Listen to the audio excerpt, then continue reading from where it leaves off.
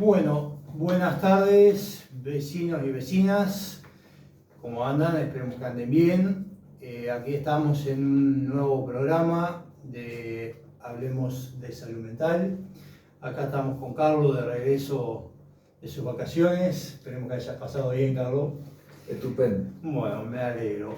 Como siempre decimos y contamos que esto es un aporte a la comunidad desde nuestro relato, tratando de aportar algo a la gente que necesita muchas veces ese empuje para arrimarse a pedir ayuda, llámense psicólogo, lo que quieran arrimarse, pero hemos venido trabajando con testimonios que hay herramientas para utilizar y para poder salir de los problemas. Hoy queremos tocar un tema que está dando vuelta ahí por el Parlamento a punto de votarse, que es el tema de eutanasia.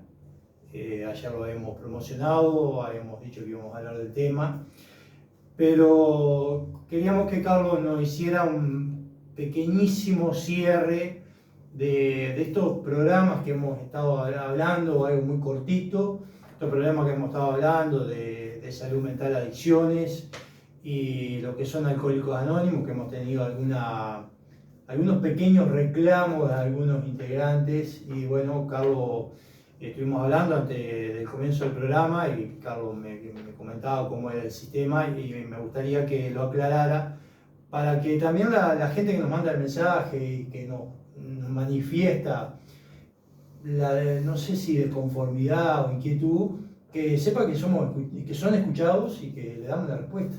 Y que nos alegra que intervengan. Totalmente, sí, eso fue fundamental. Para empezar, estaría bueno que nos mandaran un mensaje de si nos escuchan y nos ven bien, ¿no? Atento, te vinieron bien las vacaciones y estabas muy atento. Estuvimos despiertos. Yo me voy a ver algo para...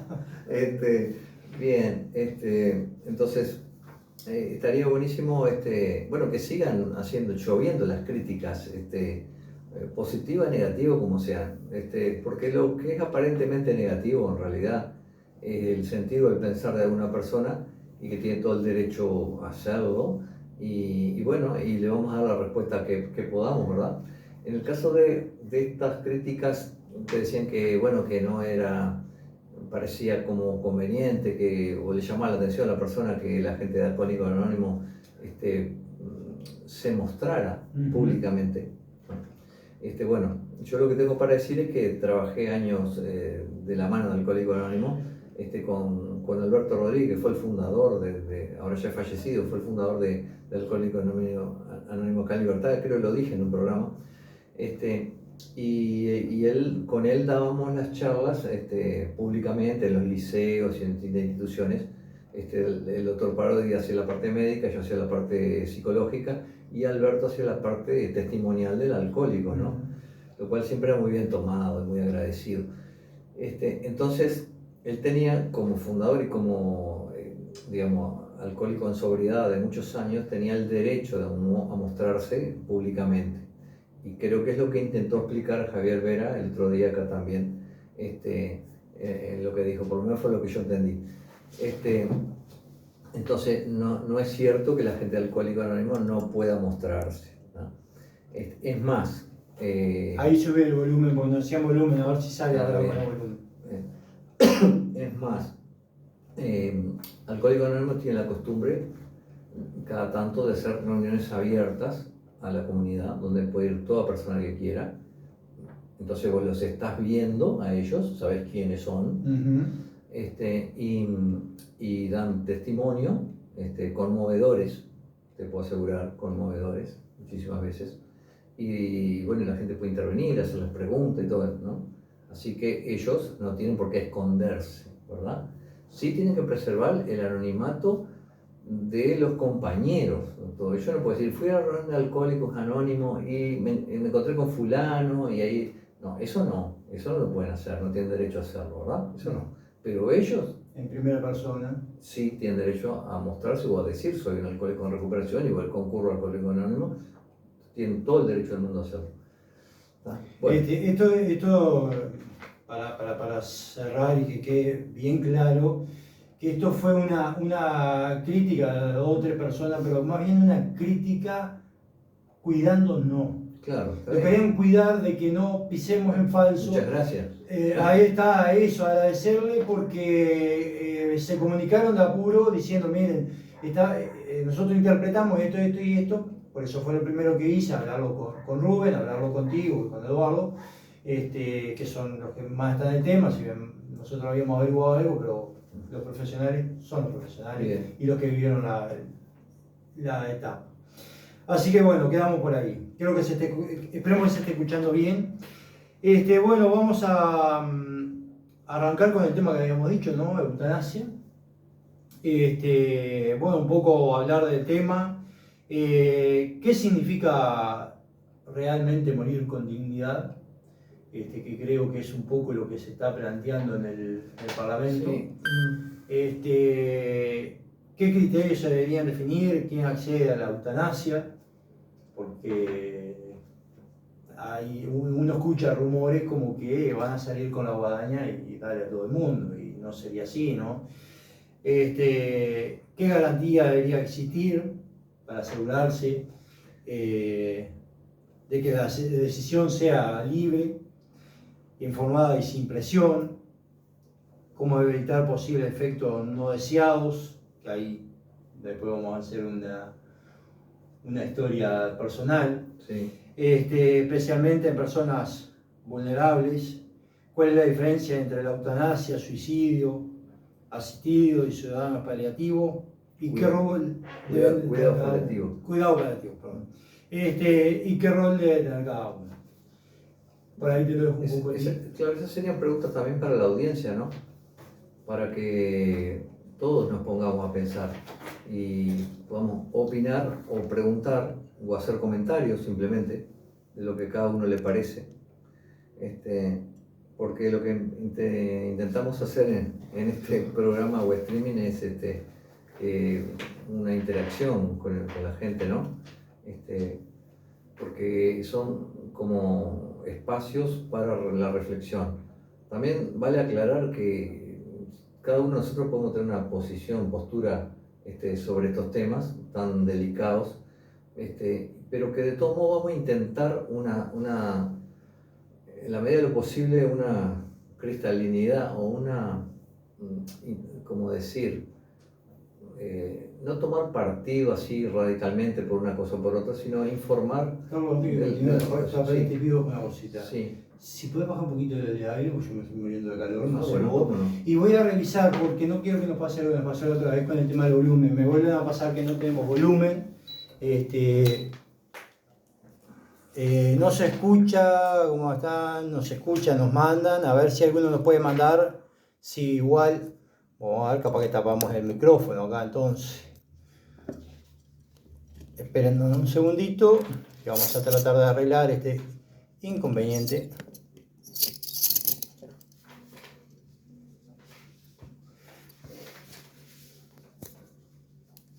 Bueno, a ver si ahí se escucha, nos sienten bien ahí. Si acá tendremos algún otro problema, porque ahí está el micrófono libre. Javier, ¿nos escuchás?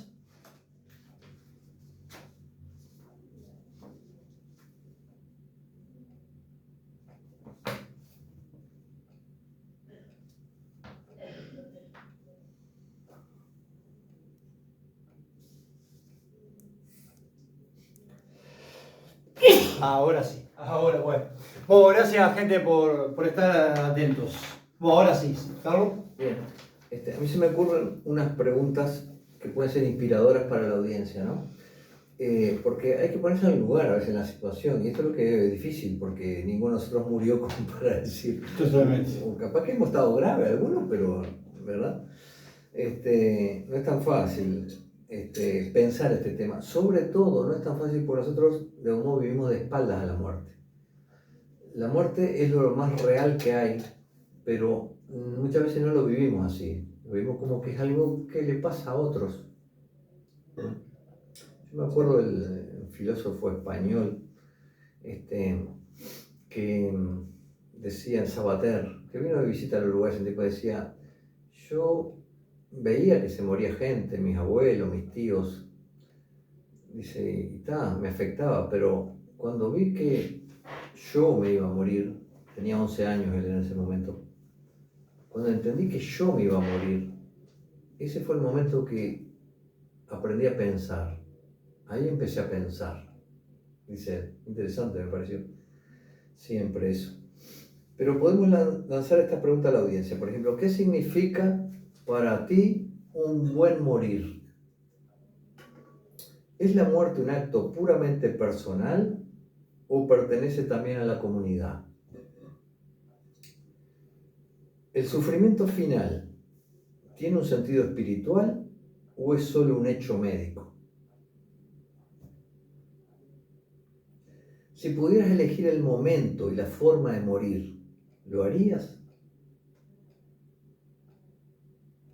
Y última, ¿cómo debería la ley considerar las creencias espirituales en este tema? Bueno, son algunas de las preguntas que podemos lanzar, a ustedes se les pueden ocurrir otras. Pero yo te pregunto a vos, Fabio, ¿cómo te gustaría morir? Si me da a elegir, no me gustaría larga vida al rey. Larga vida al rey. Larga vida. Bueno, pero algún día... rápido y sin sufrimiento. Rápido y sin sufrimiento. Bueno, yo lo estuve pensando esto, porque yo preparé el tema, ¿no? Sí, nosotros lo venimos hablando de ayer, sí, pues. Sí. Claro, y entonces me puse a pensar cómo me gustaría morir a mí. Y a mí me gustaría morir así. Me imagino una cama, bueno, ya con muchos años, ¿no? 100 arriba. Bueno. Rodeado de hijos, nietos, mi esposa, no sé, de gente querida, por decir así, ¿no? Y bueno, de un modo que en paz, ¿no? Y morir con una sonrisa, ¿no? Y pudiendo despedirme y diciéndole a cada persona querida lo que lo quiero, ¿no? Cuánto lo quiero, o qué importante fue esa persona en mi vida, o qué aprendí de esa persona. Me encantaría que fuera así.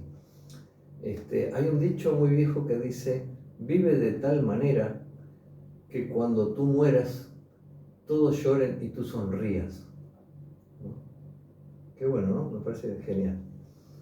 Hay en países que se vive la muerte totalmente diferente a como la vivimos nosotros, ¿no? Por supuesto. Hay una película, yo la he visto un par de veces porque la verdad, no te voy a mentir, me hace llorar, que es la película Coco, mexicana, que ellos festejan todos los años, no me acuerdo exactamente la fecha, que supuestamente se abre el portal y pasan los no vivos a saludar y reunirse con su familia. Está muy linda. Catrina le llaman a la Catrina. Y vos, ¿cómo me gustaría, me cambias un poco porque yo pensé que era el momento de la ejecución de la muerte. Claro. Porque de repente si estás en una cama pudiéndote despedir de todo, depende qué estés padeciendo, ¿no? Porque de repente estás con el tiempo de estar en una cama, te podés despedir de todos, demostrar felicidad, pero en sí estás sufriendo. Claro. Me imagino que habrán millones de maneras. Claro, pero eso que imaginamos. De morir, por suerte no. Te viene un infarto y bueno, todo eso. Pasó de alto. Pasó. Y qué sorpresa, ¿no? Para el muerto no tanto, pero para los que lo rodean puede ser una sorpresa y el humo le saca la posibilidad de despedirse y todo eso, ¿no?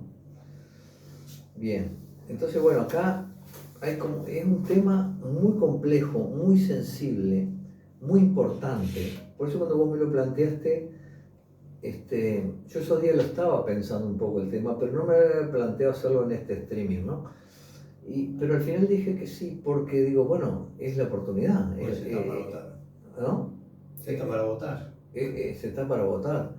Y como siempre, otros pueden decidir cosas que nosotros no queríamos que fueran así. O puede esta ley, como toda ley, ser imperfecta y que queden cosas importantes por el camino, ¿no? Por algo hay gente que está a favor y gente en contra.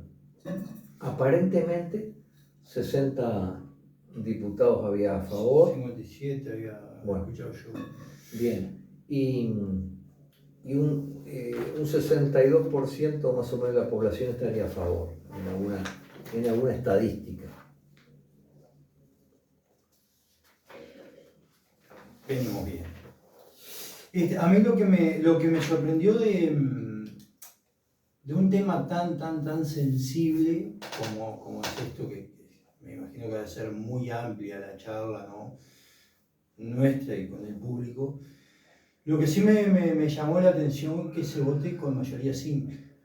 Eso sí me llamó poderosamente la atención después de ver los debates en el Parlamento, la discusión hasta altas horas.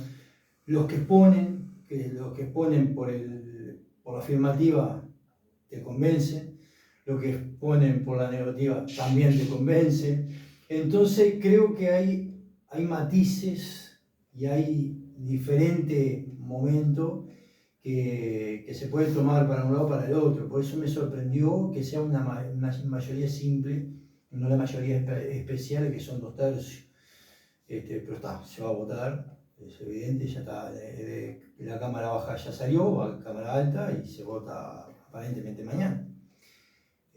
Así que bueno, vamos a tener que cumplir con eso. Yo tenía noticia de que el Ejecutivo había mandado frenar la cosa, parar un poco, pero no sé qué hay de cierto ahora, si hubo, digamos, un siga-siga, pero bueno. La cuestión es que la ley está en curso, el proyecto de ley está en curso y puede pasar que, por supuesto, que se apruebe, ¿no? Estos temas, porque esto es muy parecido a la ley del aborto, ¿verdad? Donde son necesarios debates, digamos, debates profundos, ¿no? Porque no es cualquier cosa, es la vida humana, ¿no? Ahora, por ejemplo, hay un debate social que va a ser en el teatro, no sé si en el Sodre, en el Solís, donde el lanzamiento del debate social sobre el tema de la jubilación y todo el tema, ¿no? Va a haber, digo, bueno, ¿y por qué estos temas no? Bueno, eso sé que yo te iba a decir, el debate social es fundamental porque en definitiva estamos hablando que son 122 personas, 129 personas, 99 diputados y 30 senadores que toman la decisión por casi 4 millones de habitantes, ¿no? Estaría bueno un diálogo que se salga, que se ande por el pueblo, que se hagan tipo cabildo abierto, escuchando las inquietudes de la gente, porque hasta inclusive lo que yo vi fuertemente en contra se manifestó la Iglesia Católica ayer, que uno de los que dio el puntapié inicial fue el popular Gordo Verde, que estaba en una misión y hizo toda una historia de alguien que estaba luchando por una enfermedad terminal contra el cáncer, que había encontrado la cura y se daba de media 12 de inyección por día, porque costaba 50.000 pesos por día y no tenía la plata, se estaba dando la mitad. Y el ejemplo que ponía, cuando hay tanta gente luchando por vivir, acá estamos por votar la muerte. Que me parece también es muy extremista decir votamos por la muerte. Como el tema del aborto, ¿no? El aborto era legalizar, porque el aborto se hacía. Hay varias cosas a entender acá. A mí me gusta todo el tema de abrir la cancha un poco. Y a abrir la cancha le llamo más información, ¿no? Entonces yo me ocupé de enterarme de algunas cosas, ¿no? En el mundo, ¿sabes cuántos países hay donde es legal la eutanasia? 10. Estamos hablando de 197 países que hay en el mundo, ¿no? Solo en 10. ¿Por qué será, no? ¿Será que nosotros somos tan inteligentes, tan avanzados, ¿no? Que vamos a la cabeza en todo y entonces, ¿será eso? Queremos ser primer mundo para nosotros. No nos olvidemos que hay sociedades milenarias, ¿no? Donde la eutanasia está prohibida por ley. Si un médico autorizara una eutanasia, hoy va preso, ¿no? En la grandísima mayoría de los países. Hasta hoy está penado si tenés una enfermedad terminal y vos me pedís, pues no podés autoeliminarte, me pedís que te ayude, me puedo comer de 6 meses a 6 años de prisión efectiva. Claro. O sea que está penado por eso. Lo otro interesante es que, por supuesto que la Comisión de Médicos del Uruguay participó de las conversaciones de este tema y ellos en el Código de Ética Médica, o sea, la ética es lo que deben ser las cosas, ¿no? Cómo deben ser las cosas, o sea, desde el punto de vista de la moral, ¿no? En el Código de Ética Médica del Uruguay está prohibido esto. Entonces acá se crea un problema, porque ¿cómo van a hacer para... o se cambia el Código de Ética Médica, o se hará, supongo yo, algo parecido a lo que se hizo con el aborto, que la persona, el médico puede, digamos, negarse por objeción de conciencia, ¿no? Igual hay que profundizar esto porque no es solo que un médico vaya a tomar la decisión, ¿no? No es así. Es un médico, vamos a suponer el médico tratante, después se consulta un médico independiente y después, si hubiera alguna dificultad, se va a un tribunal de, creo que 3 médicos, para ver bien el caso, ¿no? Siempre y cuando... Y además tiene que haber 2 testigos. Y siempre y cuando la persona no esté consciente. Mm. Porque en ese caso la palabra de la persona tiene... Por supuesto. Porque acá, mire qué cosas importantes hay en juego acá. Allá de los valores, ¿no? Que es lo más importante de todo, ¿no? Porque para el que no sabe, yo quiero aclarar una cosa, ¿no? Los valores, esto es una opinión, pero sustentada desde el punto de vista de la filosofía, ¿no? Los valores son espirituales, no son psicológicos los valores, ¿no?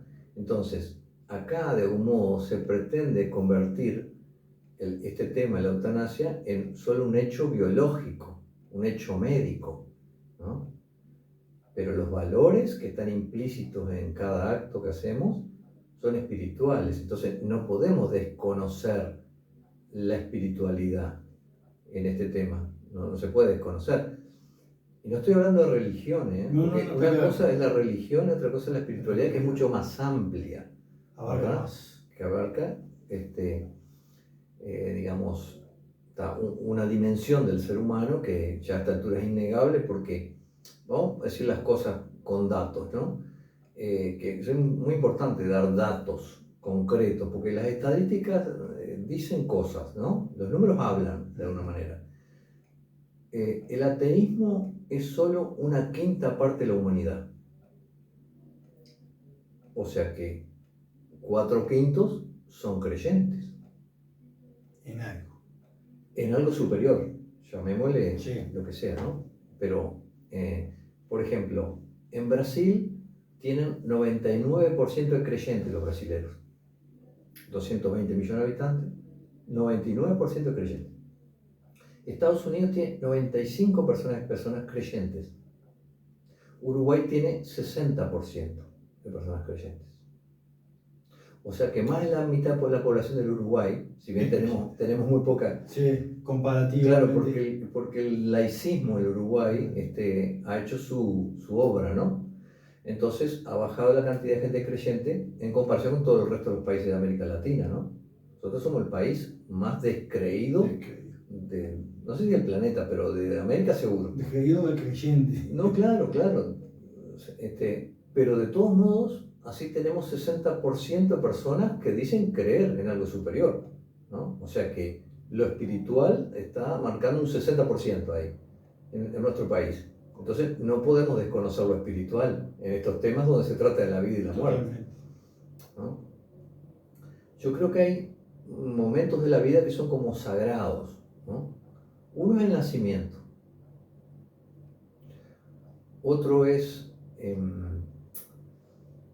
el casamiento o la formación de la familia, porque hoy ya se casa poca gente, ¿no? Pero, digamos, la unión hombre-mujer, o hombre-hombre o mujer-mujer, Sí, pero sí. como sea, la unión de pareja también es como algo sagrado. Y tener un hijo, o el hijo, el nacimiento de los hijos, también es algo sagrado. Y después la muerte, ¿no? La muerte, como algo sagrado también. Porque desde cierto punto de vista se va hacia algo desconocido, es una vida de repente hermosa o no hermosa, como sea, pero que se termina, una historia ahí, ¿no? Y bueno, de repente vamos a suponer que la persona esté sola en el mundo, pero para esa persona ese momento es más que sagrado, ¿no? Entonces, por eso que estos temas a veces llama la atención que no son tan tratados. Es sagrado y es único, porque va a parecer como que estoy haciendo un chiste y no es un chiste, es único.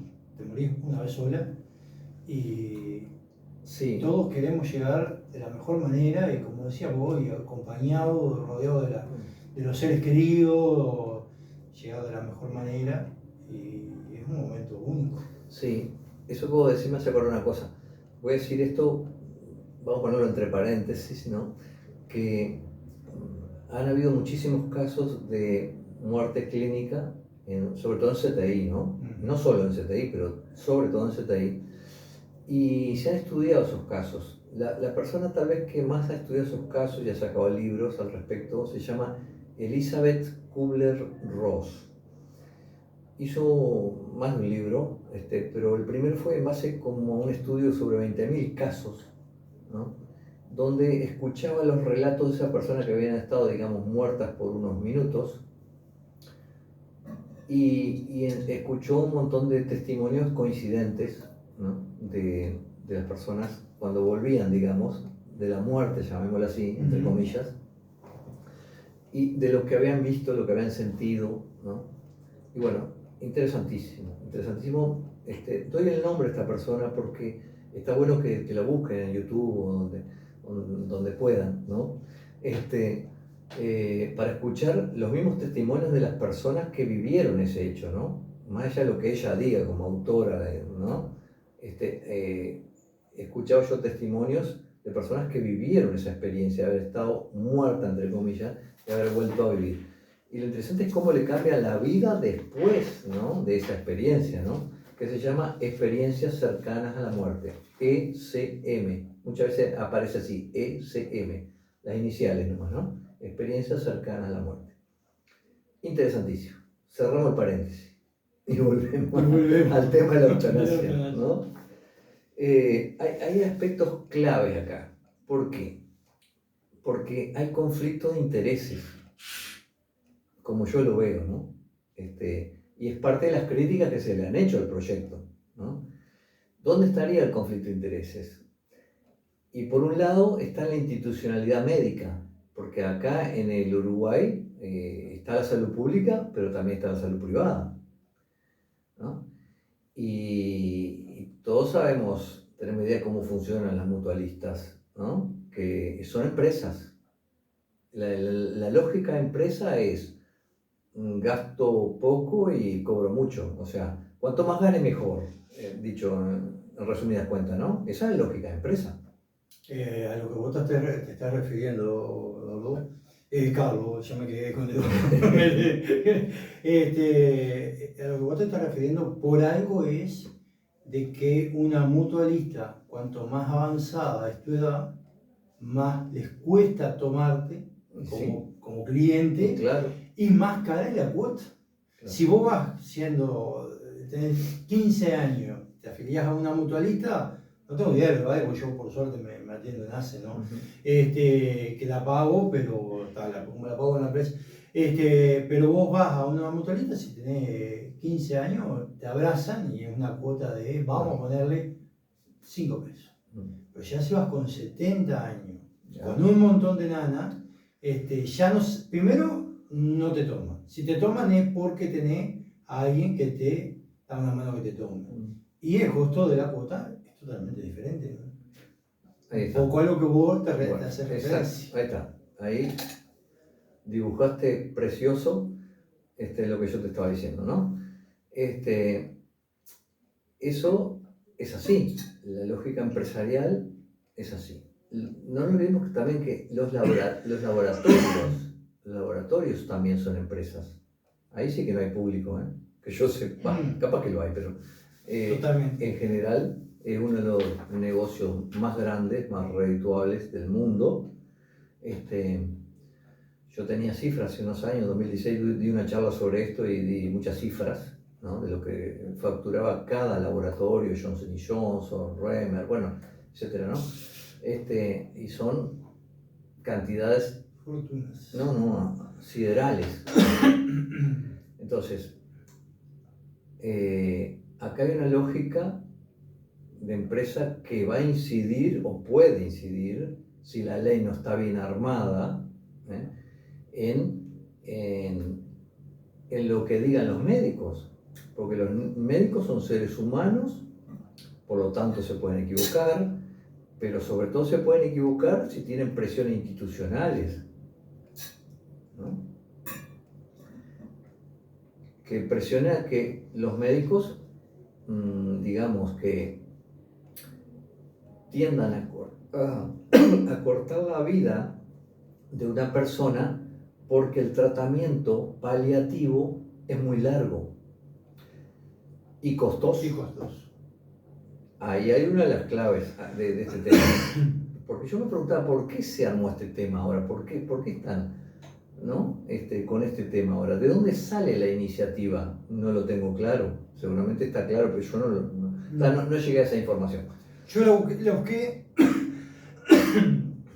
Increíble, yo la busqué y realmente no llegué tan atrás, pero debe ser por algo de ese tema. Claro. Entonces, hay un interés en que se corte la vida antes, aparentemente, ¿no? Cuando en los países, porque en esto traté de informarme, ¿no? ¿Por qué en otros países están en contra? Porque estamos hablando de que el 90 y pico por ciento de los países, el 95% de los países están en contra. Es ilegal, es un delito esto, ¿no? Entonces, ¿por qué están en contra? Entonces, hay un caso interesantísimo de Noruega, ¿no? Para hablar de un país avanzado, ¿no? Porque no te voy a hablar de Zambia, no sé, del Congo, ¿verdad? Vamos a hablar de países avanzados que los índices de felicidad están muy por encima de la media, ¿no? Los índices de felicidad más altos en el mundo los tienen Noruega, Suecia, Finlandia, Dinamarca y Holanda. Esos 5 países, cuando se cruzan los datos, ¿no? Están a la cabeza en felicidad. Interesantísimo, ¿no? Tener en cuenta eso. Entonces, en Noruega no está, por supuesto, esto en discusión. Esto está prohibido, ¿no? Y de algún modo, entonces, ¿qué hicieron ellos? Todo el acento está puesto en cuidar, sanar y acompañar. Esas serían como las 3 palabras claves en esta sociedad tan avanzada como es Noruega, ¿no? Quiere decir que hay todo, inclusive cuidan, mirá qué interesante, porque es un estado laico también, pero una laicidad positiva. Y ahora voy a hacer la diferencia con Uruguay, que es una laicidad negativa. Acá la laicidad, que quiere decir que todas las confesiones religiosas están permitidas, ¿no? Está consagrado en la Constitución, ¿verdad? La Carta Magna dice que están permitidas. Claro, pero en la vida de los hechos, todo esto se convirtió en algo como negativo, porque fue de algún logro la separación entre Iglesia y Estado, ¿no? Siglo pasado, pero ahora se convirtió en algo negativo. No se puede ni hablar de religión ni nada en una institución pública, ¿no? A la gente la acusan a un docente, vamos a suponer, de ataque a la laicidad, y tiene un problema. Ese docente tiene un problema, ¿no? Incluso te cuestiona hasta que lleves una cruz o algo colgado referente a algún tipo de religión, ¿no? Si no te atoraste, doy, porque yo ya me atoré, no quiero que te pase. Si no, nos quedamos sin programa. Está buenísimo. Se estaba hablando, había un senador hablando que como que todo se difusa lo que se trata de plasmar del principio, y que había en países que era legal, que venían hasta por problemas, problemas que no tenían nada que ver con la salud, que se querían sacar la vida por problemas que habían tenido con otra cosa, habían perdido el trabajo. Claro. Son extremos. Pero eso sería como un suicidio asistido, que es otra cosa distinta, parecido, pero no es igual. No es igual. Porque ahí la persona tiene plena conciencia de cómo está, simplemente estará deprimida o está desesperanzada la persona y dice, bueno, yo quiero quitarme la vida porque así no quiero vivir, no tiene sentido para mí vivir así, quiero quitarme la vida. Que me asista alguien que me voy a matar, con ayuda. Existe en algunos países también, como España, Reino Unido, hay algunos países, son pocos, son 6 países, donde está, incluso en Estados Unidos, también pasa lo mismo con la eutanasia, no es en todos los estados que está autorizado tampoco, también. Bueno, ahora, yo venía hablando de este tema del laicismo porque tiene mucho que ver con la parte espiritual, de cómo se puede tomar la espiritualidad como algo negativo y tratar de rechazarla y alejarla, o se puede tomar como el laicismo positivo en Noruega, como alguien que la acepta a la espiritualidad como algo propio del ser humano y la integra, ¿no?, a este tipo de decisiones, ¿no?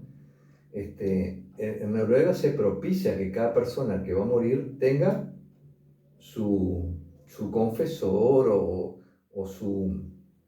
Depende de la religión que tenga o el tipo de acompañamiento que quiera la persona, ¿no? O emocional o espiritual o como sea, pero que tenga hasta el fin de su vida un acompañamiento. Los budistas tienen todo lo que se llama el bardo, ¿no? Y todo el acompañamiento del final, como que preparan al muerto, mejor dicho, al moribundo, lo van preparando con cantos y con mantras, ¿no? El mantra es repetición de ciertas frases, para facilitarle, digamos, el tránsito a la otra vida en sus creencias. Los chamanes acá en América hacen algo parecido, también con cantos, con visitas al muerto, ¿no?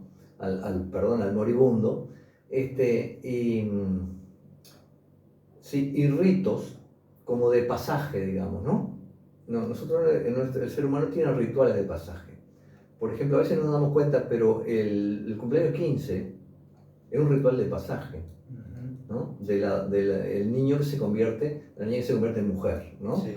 Por decir así. Que en otras culturas se hace de otra forma, y hay para el varón también otras cosas, y prueba, y tiene que sortear pruebas y obstáculos y todo para convertirse en hombre, ¿no? Bueno, rituales de pasaje. O sea que toda la cultura en todos los países tiene como ciertos rituales, ¿no? Basta ver un acto patrio, un acto de asunción de toma de mando, para ver cuánto ritual hay ahí, ¿no? Hay mucho. El ritual es parte de la forma de ser del ser humano. Entonces, ¿por qué en estos hechos tan trascendentes no va a haber ritual? No puede haber ritual, ¿verdad? O sea que la cultura tiene mucho que ver acá con lo que pasa en ese momento. No es solo un acto médico, es un acto de algún simbólico, ¿no? Y también cultural y comunitario, porque esa muerte no afecta solo al que está muriendo, afecta a todos los demás que están alrededor también. ¿Cómo tomamos eso, ¿no? O sea que hay que aprender a vivir la muerte, ¿no? Hay algunas personas que se especializan en eso, se llaman tanatólogos. Tanatólogos, sí. Cuando mi padre estaba a punto de fallecer de cáncer de pulmón, yo convoqué a una persona, a una mujer, Carmen, me acuerdo, que que nos ayudó como familia a procesar ese momento, a vivirlo. Nos ayudó realmente, ¿verdad? Entonces, los hijos, que en mi caso éramos 4, ¿no? Y mi madre, como que la escuchamos y conversamos con ella y fuimos procesando en esos días próximos a la muerte de mi padre esa situación. Y como que la pudimos vivir mucho más en paz y ayudarlo a mi padre también, diciéndole cosas y escuchándolo también, a que fuera un tránsito en paz. O sea, lo primero que hicieron fue aceptar ustedes Claro. la muerte de él. Claro. Que no es un tema menor, ¿no? ¿Qué te parece? Aceptar porque... Por eso hay una visión comunitaria también no es un acto individual, personal. Es decir, lo emocional de tu entorno, yo me imagino, que te debe de ayudar a sobrellevar los últimos días, las últimas horas, lo que sea. Si vos ves a una familia que no la ves sufriendo tanto, o a una familia devastada, pues sí, me quiero morir lo antes posible. Claro. Entonces, no es lo mismo decir que es un acto personal, yo tengo derecho a morirme cuando quiera y como quiera. Son cosas que está bueno preguntárselas para reflexionar, porque nadie tiene la verdad, ¿verdad? Ni en ni en ningún tema. Yo por lo menos no me arrojo ese derecho a tenerla. Tengo una opinión, pero no digo que tenga la verdad, ¿verdad? Andrea Batista dice, yo pienso que tiene que existir la eutanasia, no creo que el Señor Dios disfrute del sufrimiento que pasan los que están muy enfermos y sufriendo. Bueno, muchas gracias Andrés por eso. Andrea Batista. Rubén Vera también nos manda saludos, lo que puedo ver ahí porque a veces cuesta, se te van los mensajes para arriba y para abajo. Y tenemos en este momento 12 personas conectadas. Pero muy interesante la intervención, porque centra el tema un poco en el sufrimiento. Todos cuando queremos una persona decimos, yo no lo quiero ver sufrir. Y está perfecto, ¿no? Está perfecto. El sufrimiento es un gran tema también, y es un tema que es como misterioso, es como un misterio el sufrimiento en sí. No sabemos por qué tenemos que sufrir en la vida, pero todos sufrimos algo, grande, chico, poco, mucho. Entonces, es parte de la vida, ¿no? Ahora, por supuesto que nadie la quiere, ¿no? Nadie quiere sufrir ni ver sufrir un ser querido. Por lo tanto, esto es central en este tema, el tema del sufrimiento. Hay una cosa que yo aprendí de la Iglesia Católica en un momento, que es lo que se llama en la moral católica la ley del doble efecto, que dice así, que si el actuar de los médicos, de algún modo, por aliviar el dolor, por efecto de ir aliviando el dolor, ¿verdad? Que se le va dando cada vez cosas más fuertes, ¿no? Desde los corticoides, tramadol, después morfina, ¿verdad? Bueno, si por efecto de aliviar el sufrimiento o el dolor sobreviene la muerte, está bien, dicen eso, ¿no? Y a mí me convence mucho eso, que no es lo mismo que decir, bueno, vamos a fijar día y hora para que vos te mueras. No es lo mismo.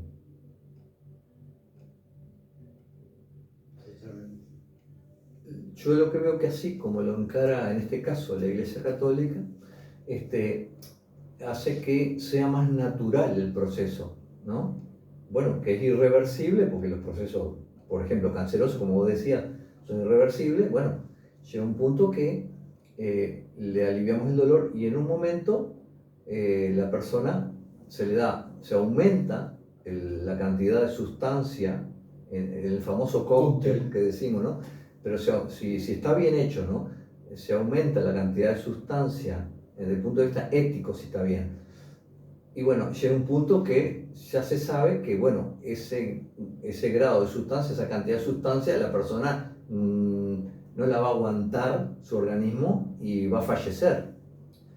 Pero ahí estaría bien, porque la persona como que pasa a veces de un sueño al otro, ¿no? Porque, bueno, no hay otra cosa mejor para hacer, pero se respetó su proceso biológico hasta el final. Con el menor sufrimiento. Con el menor sufrimiento. Otra cosa distinta es cuando una persona está en coma, que a veces pasa por un accidente o por lo que fuere, una persona entra en coma. Y hay gente que ha estado años en coma. Entonces, en ese coma tan largo, muchas veces se administra una sustancia para, o se le quita un respirador, ¿verdad? Y esa persona fallece. Ahora, ¿qué pasa? ¿Qué es lo que hace cuestionar este proceder? Que ha pasado que mucha gente se despertó del coma y siguió viviendo su vida normal después de mucho tiempo. ¿Qué hubiera pasado si le hubiesen dado el cóctel? Si le hubieran dado algo para que muriera, ¿verdad? Bueno, hubiera sido una injusticia, ¿no? No hubiera estado bien. El que estuvo muchos años en coma, que todo el mundo deseaba que se salvara, era Cerati. Por hablar de alguien muy conocido, ¿no? Claro. Cerati tuvo creo que fue un derrame cerebral que tuvo como 4 años en coma, hasta que falleció, pero falleció claro. Porque le buscaron todos los medios y no lo dejaban morir, pero su cuerpo no resistió y falleció. No así como otros casos, que era uno de los que te había planteado, que nos pasó hace 3 años atrás, que qué macana nos podíamos haber mandado, sin saber exactamente qué podríamos haber hecho, pero en algún momento se estuvo hasta conversando y lo dijimos, si esto va a seguir sufriendo así, que la persona que voy a hablar nos está mirando, que es mi padre, en el año 2022 tuvo un problema de salud ahí, le hicieron una endoscopía, le tocaron el páncreas y hizo una pancreatitis. Muy jodida. Estuvo 103 días internado, 2 veces en CTI, y él pedía que se quería morir, y los médicos decían, no tiene vuelta, esto no tiene vuelta, nosotros no podemos hacer más nada, le decíamos, hay que llevarlo para Argentina, Brasil, le llevado donde fuera, no, esto no tiene vuelta, solamente hay que esperar cómo reacciona el cuerpo de él, lo único. Nosotros lo veíamos de la manera que lo veíamos, cómo se venía apagando, cómo venía sufriendo, lo veíamos retrocederse en la cama, sufrir cuando lo sondeaban, era un sufrimiento constante y no te daban garantía y pasaban los días y cada vez sufría más. Yo creo que si en ese momento nosotros nos hubiesen dicho firmen para darle el cóctel, yo no te aseguro que hubiésemos firmado, pero lo hubiéramos pensado. Y si lo hubiéramos hecho, ¿qué error hubiésemos cometido? Porque hoy tengo la suerte de disfrutarlo, ganarle varios trucos, ya de paso, pero son casos que los médicos lo dijeron claro, tenemos que ver cómo responde su cuerpo, a diferencia de un cáncer de repente, que era lo que hablamos contigo, un cáncer de hueso, un cáncer de páncreas, mismo eso no tiene vuelta. Entonces las decisiones sí serán difíciles. ¿Viste? ¿Qué hubiera pasado si te hubieran acercado un formulario diciendo que ustedes autorizaban, ¿no?, a desconectar a Luisito, ¿no? Y el sistema médico, por intereses económicos, digamos, por política económica de la institución. Sí, porque él estaba saliendo carísimo, ¿no? Claro, 103 hubiera dicho, bueno, procedemos, ¿no? Bueno, no estamos disfrutando de la presencia ahora de tu papá, ¿no? Totalmente. Y en el caso de ustedes, claro, el amor de ustedes hacia él hacía que no quisieran verlo sufrir. Entonces ahí la subjetividad está en juego y no es la que tiene que decidir. Tiene que haber cuestiones más objetivas, más de mente fría y corazón caliente, ¿no? O sea que en las leyes tiene que estar el corazón también, ¿verdad? O sea, la humanidad en las leyes. Pero a la vez tiene que haber mucho pienso para prever todas estas situaciones que pueden pasar, que son no deseables, ¿no? Justamente una de las críticas de la abogada Marcela Pérez Pascual, ¿no? Estamos hablando del derecho. Advierte que el artículo 2 podría habilitar la eutanasia no solo en casos terminales, sino también en personas con enfermedades crónicas o discapacidades, Sí. y que faltaría una evaluación interdisciplinaria antes del procedimiento. O sea, está hablando de como de la falencia de este proyecto de ley, ¿no? De estos vacíos que hay a veces, los famosos vacíos legales. Sí, los ¿no? vacíos legales. Claro, sí. que en esos vacíos legales pasa de todo después, ¿verdad? Sí, sí, sí. Porque, claro. Pero a veces cuando pasa de todo, de cosas materiales es una cosa. Claro. Pero acá hay vida. Pero acá hay vida en juego. Entonces, ¿qué pasa? Que las preocupaciones son en torno a las garantías del proyecto de ley. Entonces, algunos sectores señalan que podría haber riesgos si solo un médico asume la decisión, demandando más claridad y seguridad en el proceso. O sea, quieren más claridad y seguridad en el proceso. Y yo digo, y si hubiera testigos, tienen que ser testigos muy calificados de un punto de vista moral y ético, ¿verdad? Porque vos imaginate que, vamos a poner tu caso, ¿no? Que Luis tuviera varios millones de dólares en el banco y vos justo andás galgueando, ¿viste? Andás con poca plata, ¿no? Entonces ese formulario que te daban para llenar, lo hubieras llenado inmediatamente, pues, porque inconscientemente, capaz que no lo pensás, pero inconscientemente vos sabés que esa plata está ahí y que te podría beneficiar muchísimo, ¿no?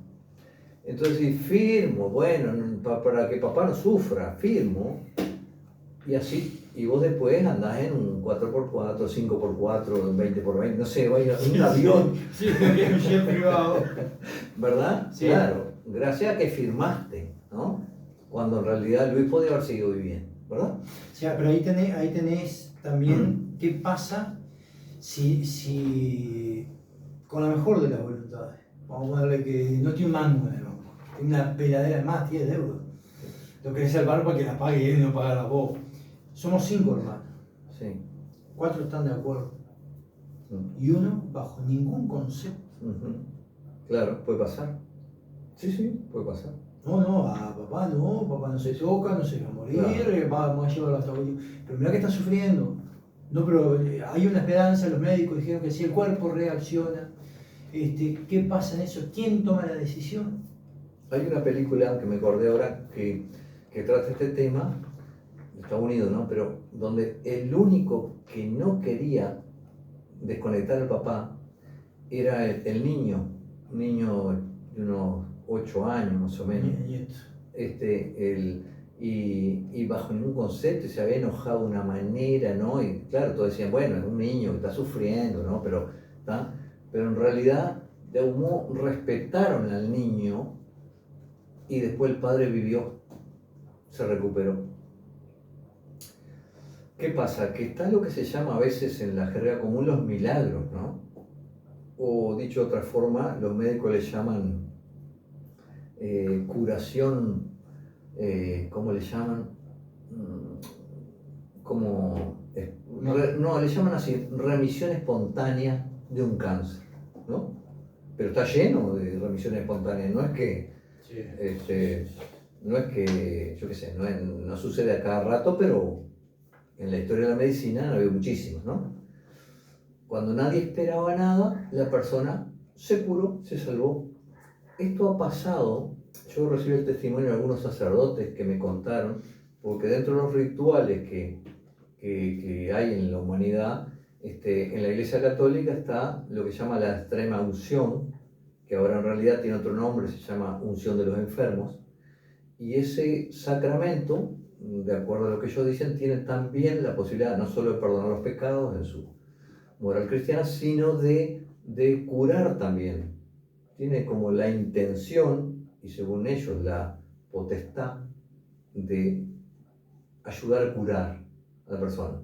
Entonces varios sacerdotes me dijeron que ellos habían experimentado, al darle la unción de los enfermos a personas muy graves, que se recuperaran, ¿no? Se puede creer o no creer, pero lo que decimos, cualquiera sea la creencia o lo que sea, las remisiones espontáneas existen. Esto viene atado, yo no sé si se puede decir que viene atado o que pueden venir las consecuencias de lo que muchas veces uno habla, la famosa pena de muerte. Que a veces cuando nosotros hablamos de un asesino, un violador que violó niños, que mató a la madre y violó a la hija, que ha hecho 25 pena de muerte. ¿Por qué no se toma por ese lado y se toma para los que están sufriendo solamente? Porque del otro lado también hay gente sufriendo. De repente no el asesino, no el violador, pero hay familias que desearían ver a esa persona muerta. Sí. Entonces, a veces hay que poner, me fui de tema, sí, soy consciente que me fui de tema totalmente, ¿no? Pero yo sé que hay muchísima gente que ha planteado la pena de muerte, que también es en muy pocos países, que ahí, cuando hay en Estados Unidos la pena de muerte, tiene hasta el último momento que va las creencias y va un sacerdote a desear la mejor vida, lo que sea, pero hay un montón, esto tiene piola para algo, ¿no? Y también, claro, y también en ese caso han habido errores donde después salta la verdad y aparece el verdadero culpable del crimen, ¿no? También. Y el sistema mató a alguien inocente, ¿no? Muchas veces por presiones. Tiene un parecido. Y muchas veces por presiones institucionales. Claro. Entonces, que se va atado de repente a lo que vos planteabas, las presiones farmacéuticas o hospitalarias, a las presiones judiciales. Claro. Pero bajamos a tierra porque yo me fui de tierra. Sí. O sea que hay argumentos a favor y en contra, un poco haciendo un primer resumen, ¿no? Hay gente que pide garantías, hay gente que dice que no están las garantías suficientes, pero el punto clave de la eutanasia no es solo la decisión de acortar la vida, sino el significado cultural y trascendental del morir, que en casi todas las sociedades la muerte no es vista únicamente como un evento biológico, sino como un paso de transición a un umbral, ¿no?, entre esta existencia y otra forma de continuidad, ¿no?, sea memoria, o sea espíritu, reencarnación o integración con lo sagrado. Lo que creas. En lo que uno crea, ¿verdad? Pero acordémonos que los creyentes son la mayoría, hasta en el Uruguay. Hecho esto por estadísticas, ¿verdad? Sí. Entonces, esto implica que el morir es un acto social y simbólico. No ocurre en aislamiento, sino dentro de un entramado de vínculos, rituales y creencias. La eutanasia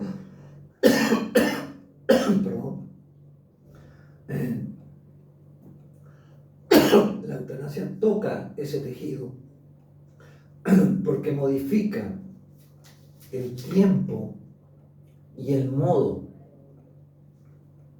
en que la comunidad y la persona afrontan ese pasaje.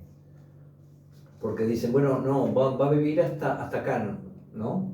El jueves lo desconectamos, ¿no? Por ejemplo.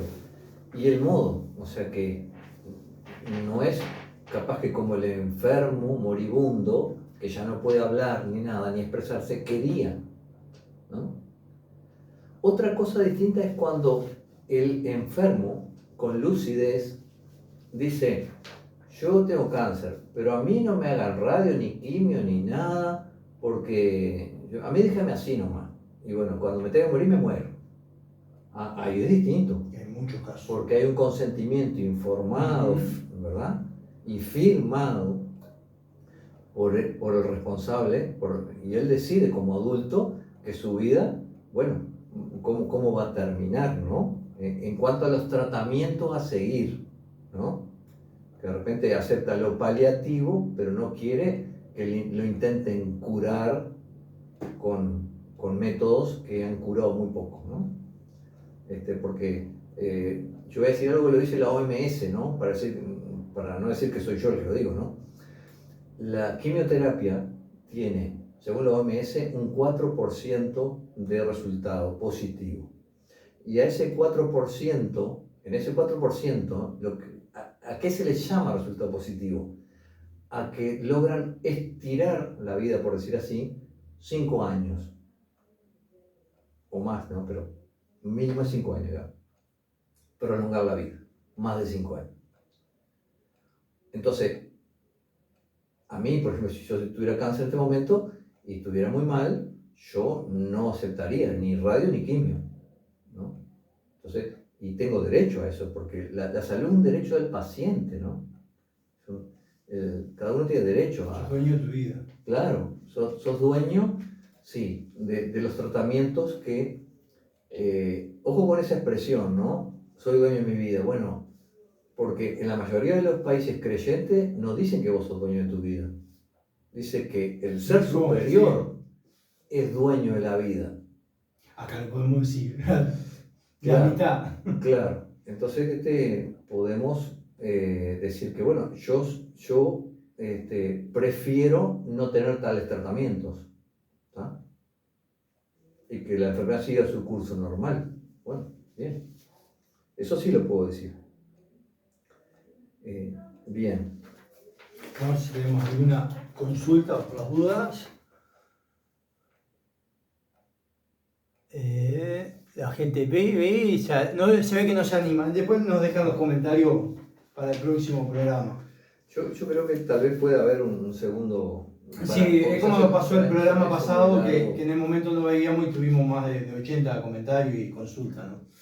Pero creo que era importante tocar este tema. Sí. No sé si vos te queda algo. Yo diría un resumen abreviado para sintetizar de qué se trata este tema y cómo en la vez que viene podemos traer otras cosas para seguirlo profundizando, pero... Y ya vamos a tener claro, de primera fuente si se votó. Claro, o no se votó. claro. Entonces, en resumen, el punto central sería: la eutanasia confronta la pregunta de qué es un buen morir,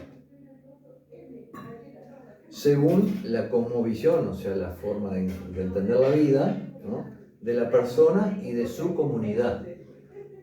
Y hasta qué punto es legítimo modificar el tiempo y forma, ¿no?, de ese tránsito, el tiempo y la forma, ¿no?, considerando no solo el cuerpo, sino el alma y el significado colectivo de la muerte. Bien, yo lo dejaría por ahí para seguir profundizando, porque el tema es súper importante, porque en definitiva, porque en definitiva acá está en juego también como sociedad, cómo entendemos estas cosas, cómo queremos vivir y morir. Porque a mí una de las cosas que no me gusta, lo voy a decir así, es el poder médico que se le ha dado, una potestad a los médicos tremenda.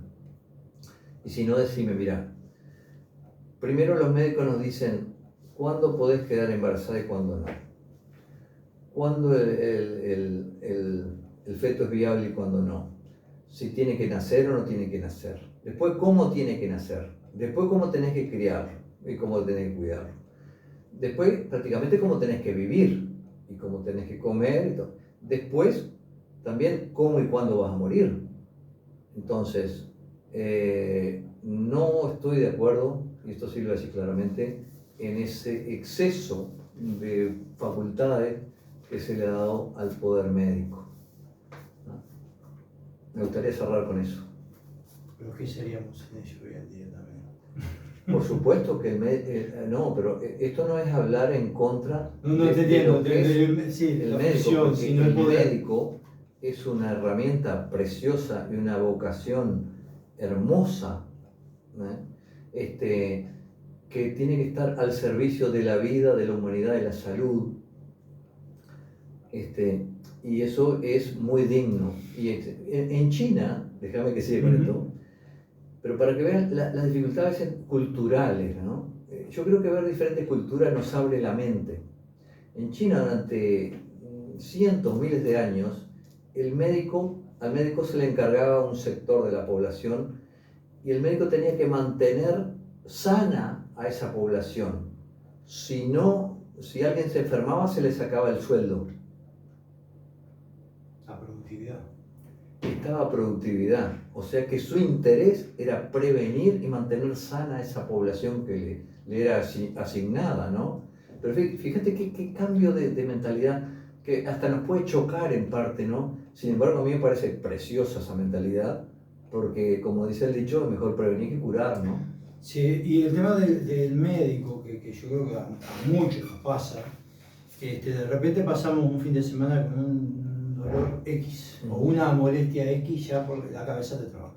Ya que nosotros, este programa está basado fundamentalmente en salud mental, nos entramos a manejar y nos vamos a morir. Ya la semana que viene me muero. Ahora vos vas a darle al médico. Hoy en día no se usa mucho el contacto físico, ¿no? Sino más bien pregunta. Pero donde se te arrime y te toque, te palpe, o te arrime el testocopio, ¿no? Estás impecable, tenés vida para rato. Saliste de ahí y te hizo la función de psicólogo. Claro.